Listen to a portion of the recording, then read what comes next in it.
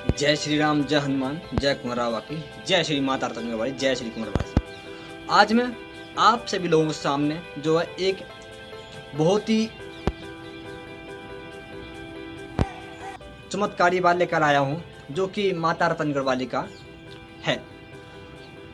ये मैंने आपको कल पोस्ट किया था आपको, और उसमें बताया भी था कि मैं आपको माता रत्नावली का एक ऐसा चमत्कार बताऊंगा जो कि माता रत्नावली ने खुद कुंवर बाबा को अपने भक्त की रक्षा करने के लिए भेजा। माता रत्नावली ने कुंवर महाराज को भेजा कि जाओ आप रक्षा करें जाकर।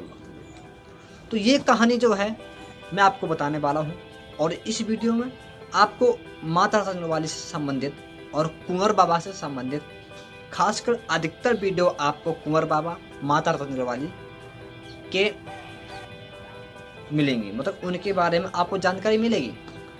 तो ये बात जो है जिला इटावा की है, जो कि आपके उत्तर प्रदेश में पड़ता है। जिला इटावा में एक नगर है, मतलब कि एक क्षेत्र है जिसको जसवंत नगर बोलते हैं, जसवंत नगर बोलते हैं। तो वहाँ पर एक जो है माता रत्नावली का भक्त था, और वो भक्त जो था माता रत्नावली को बहुत अधिक मानता था। उसकी ये माने इतनी आस्था और विश्वास था माता रत्नावली पर कि उसने माता रत्नावली की इतनी सेवा की कि उसे जो है माता रत्नावली की सिद्धि प्राप्त हो गई। बाल अवस्था से वो व्यक्ति माता रत्नावली की सेवा करता आ रहा था, और एक समय धीरे धीरे पूर्णिमा के चंद्रमा के समान वो बड़ा होता चला गया, और उस पर जिम्मेदारी का भार आने लगा। और ऐसा था कि वो बस क्या करता था, लोगों के भले में और लोक कल्याण में अपना भला समझता था। तो समय चलता रहा और इसी प्रकार लोक कल्याण करता रहा। एक बार उसकी एक आदत थी कि वो सबसे पहली रोटी गाय माता को दिया करता था। सबसे पहली रोटी गाय माता को दिया करता था, फिर उसके बाद में खुद खाता था।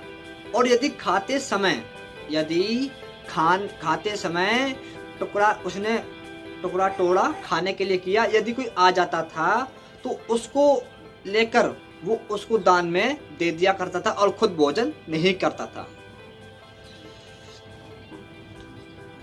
तो इसी प्रकार से प्रक्रिया चलती रही, समय व्यतीत होता रहा, और ऐसा हुआ कि उसके पास में कुछ भी नहीं रहा।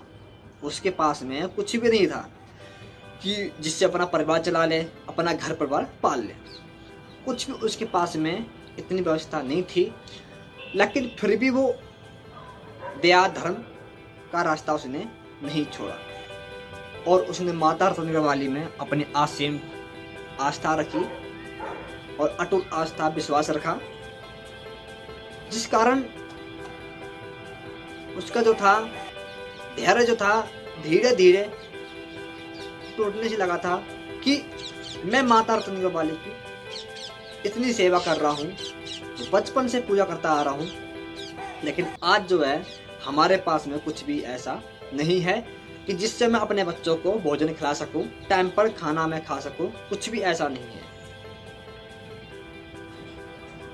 तो मन मन ही वो माता रत्नावली को कोसता रहता था कि मैं इतनी सेवा कर रहा हूं और माता रत्नावली हमारा कुछ कर ही नहीं रही। तो ऐसा हुआ कि उसको किसी ने सलाह दी कि आप जो है आपकी जो ज़मीन है उसको बेचें आप और इलेक्शन में लड़ें।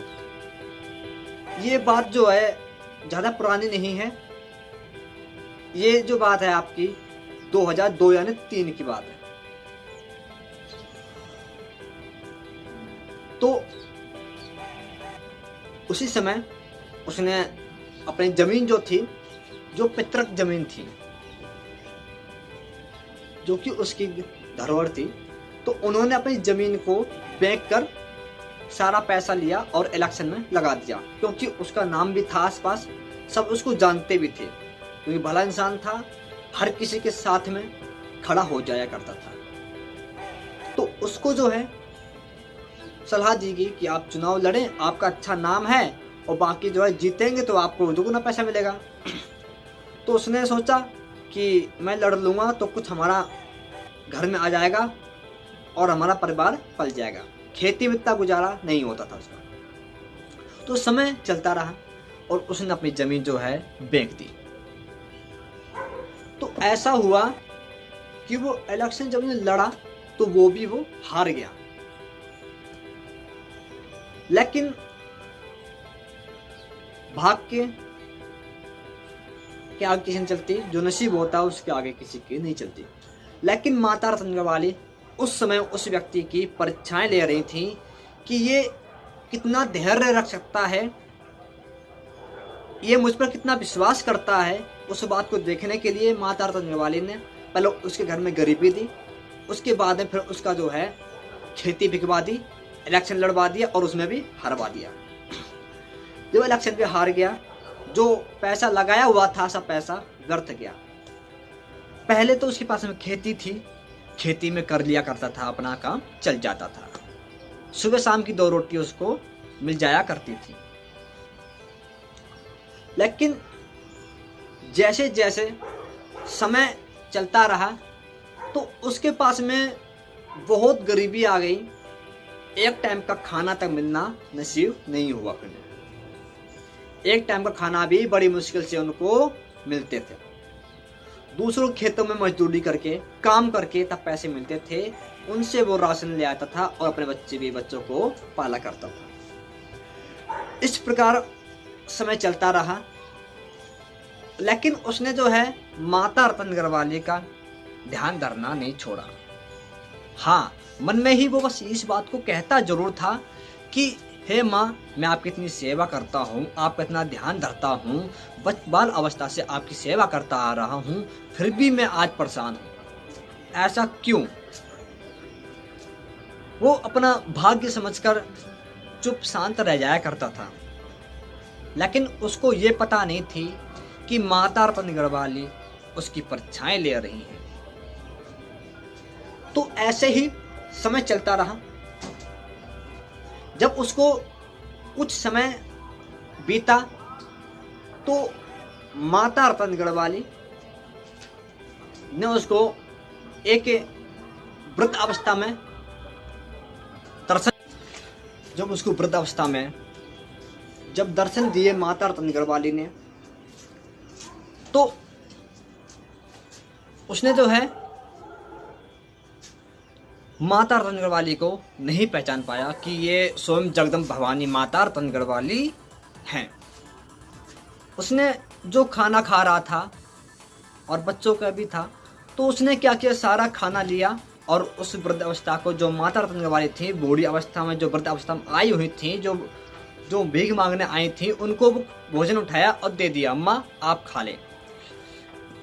तो माता रत्नावली वो भोजन लेकर चली जाती हैं।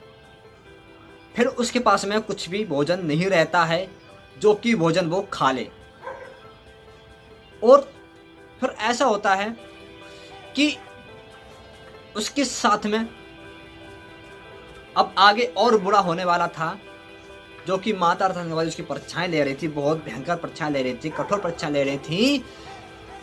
तो चलता रहा काम। तो उस पर क्या है, आसपास लोगों ने तंत्र क्रिया करनी शुरू कर दी। जब उस पर तंत्र क्रिया करनी शुरू कर दी तो वो बहुत ज़्यादा बेकार दशा में हो गया, जो उसके विरोधी थे, जो दुश्मन थे उसके, उन्होंने इस पर तंत्र विद्या करनी शुरू कर दी। तो माता रत्नवाली ने वो सब देखा, तो माता रत्नवाली ने कुछ नहीं किया उस टाइम। क्यों? वो सब माता रत्नवाली की लीला थी, परीक्षाएं ले रही थी वो। तो समय चलता रहा।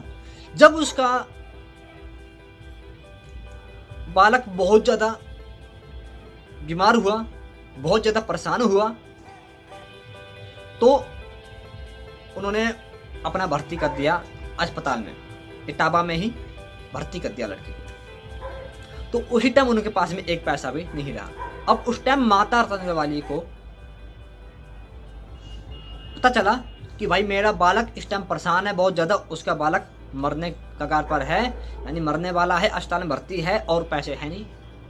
तो माता रत्नवाली ने कुंवर महाराज को बोला कि एक काम करो, तुम कुछ धन लेकर जाएं और हमारे भक्त को दें जाकर, हमारे भक्त को दें जाकर। तब माता रत्नवाली ने कुंवर बाबा को भेजा।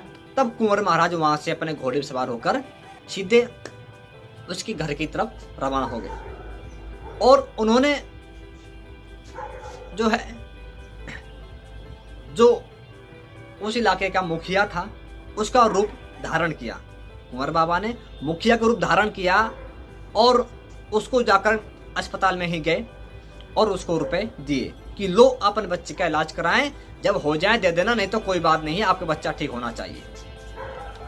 तो इस प्रकार जब चलता रहा तो बालक उनका बिल्कुल ठीक हो गया और जल्दी ही ठीक हो गया, तुरंत ही, और बालक उनका घर आ गया। जब उन्होंने मुखिया के पास गए आभार जताने के लिए, तो मुखिया ने कहा मैं तो गया ही नहीं था, मैंने आपको रुपये पहुंचाए नहीं। लेकिन तब उसने कहा कि उस टाइम कौन था जो कि आपके रूम में आया और मुझे रुपए देकर गया कि मैं अपना इलाज कराऊं, और मेरा बालक काफी समय से ठीक नहीं हो रहा था और तुरंत ठीक भी हो गया, वो कौन था? तो जो भगत था वो समझ गया कि ये माता रत्नवाली का चमत्कार है, जो कि मुझे उन्होंने मदद की, मेरी सहायता की है। तो इसी प्रकार जो भगत ने गया और माँ के आगे जाकर माफी मांगी और बोला माँ मुझे माफ करें, मैं आपको नहीं पहचान पाया और आपने हमारी इतनी मदद की, पर वो था कौन जो आया था मेरी मदद करने के लिए? तब उसी रात्रि वो सो गया। जब वो सो गया था तब माता रत्नवाली ने सारी कहानी उसको बताई कि बेटा मैं तेरी परीक्षाएं ले रही थी, तेरे अंदर कितना धैर्य है, तू हम पर कितना विश्वास करता है, और जब तू अधिक से अधिक परेशान हुआ, तेरे बच्चे को ठीक कराने के लिए मैंने अपने भाई कुंवर देव को भेजा था धन देकर, जो कि आपको पैसे दिए थे, वो मेरा भाई था। तब प्रातःकाल हुई, सुबह हुई, तो उन्होंने आसपास सभी वो बातें बताई कि माता रत्नवाली सपने में आई थी, उन्होंने हमें सारी कहानी बताई कि उन्होंने मेरी मदद की और हर प्रकार से मदद की। और फिर वो देखते हैं कि उनके घर में खजाना निकला, जो कि तमाम हर प्रकार के रत्न थे, क्योंकि माता रत्नवाली रत्नों की देवी हैं। तो वहाँ पर उन्होंने खोदा, तो वहाँ पर रत्नों का खजाना निकला, और रत्नों का खजाना निकाल कर उन्होंने फिर माता रत्नवाली ने कहा कि अब तुम दोबारा से इलेक्शन लड़ो। और उन्होंने फिर दोबारा से इलेक्शन लड़ा, चुनाव लड़ा, और वो उस यहाँ के अध्यक्ष बन गया, उस जिले का, उस इटावा का अध्यक्ष बन गया, जो कि बहुत ही प्रसिद्ध है। मैं नाम नहीं बताऊंगा, ठीक है, नाम गुप्त है। तो उसी प्रकार क्या है, वो आज जो है बहुत ही ऊंची हस्ती में बैठा हुआ है, इटावा के अंदर एक इटावा का अध्यक्ष बनकर बैठा हुआ है और बहुत ही ऊंची हस्ती में बैठा हुआ है। वो सब माता रत्नवाली की कृपा से है। रत्नों खजाना दिया, फिर उन्होंने इलेक्शन लड़वाया। माता रत्नवाली ने बोला अब इलेक्शन लड़े, अब जीतोगे आप। तो उन्होंने लड़ा और इलेक्शन जीत गया। जिताने के बाद में फिर वो जय जयकार हुई इसकी, और उसके बाद में वो माता रत्नवाली धाम पहुंचा मध्य प्रदेश में, और वहां पर माता जी का ध्यान धरा और माता जी का खूब भंडारा कराया बढ़िया से, और माता रानी की आसिम कृपा उस पर बरसी। तो ये कहानी थी माता रतनगढ़ वाली की। मेरे पास में ऐसी कई चमत्कारी कहानियां जो लोग कहानियां नहीं है, ये सच्चाई है। ये 2002 यानी 3 की बात है, ठीक है। और जिनके साथ में घटी है ना, उसने खुद मुझे बताई ये बात कि ऐसे ऐसे मेरे साथ हुआ था और ऐसे ऐसे है। इटावा में जसवंत नगर है, वहां का व्यक्ति रहने वाला है जो कि आज उसकी बहुत ऊंची हस्ती है। और उसने इटावा के अंदर एक बहुत बड़ा मंदिर बनाया माता रतनगढ़ वाली, जहां वो आज भी सेवा करता है। तो इसी प्रकार से आपको वैसे कई चमत्कार माता रतनगढ़ वाली के हैं मेरे पास में, जो कि सुनने को मिलते रहते हैं, क्योंकि मेरा चैनल ही माता कुंवर महाराज के नाम से है। तो लोग जुड़ते रहते हैं, अपनी अपनी कहानियां बताते रहते हैं, हमारे साथ ऐसा घटा था, हमारे साथ ऐसा घटा था। तो ये माता रतनगढ़ वाली का चमत्कार है। और यदि आपको माता रतनगढ़ वाली चमत्कार सुनने हैं और जानने हैं उनके चमत्कार के बारे में, और ऐसी अनेकों वीडियो लाकर दूंगा, क्योंकि मैं आपको एक लंबी वीडियो बनाकर नहीं दे सकता। ऐसे ही 15-20 मिनट की वीडियो आपको बना कर देता रहूँगा। ऐसे कई चमत्कार हैं माता रतनगढ़ वाले की जो कि मुझे सुनने के लिए मिले हैं, खुद सुनने के लिए मिले हैं, और जो कि मेरे साथ भी कई घटित हुआ है, ठीक है। तो चलो, मैं आशा करता हूँ आप लोगों को माता रतनगढ़ वाली का ये चमत्कार पसंद आया होगा। तो मैं विदा लेता हूँ और अगली वीडियो में आपसे पुनः मिलता हूँ। जय श्री राम, जय हनुमान, जय कुंवर बाबा की जय, मेरी माता रतनगढ़ वाली की जय। जय माता रतनगढ़, जय श्री माता।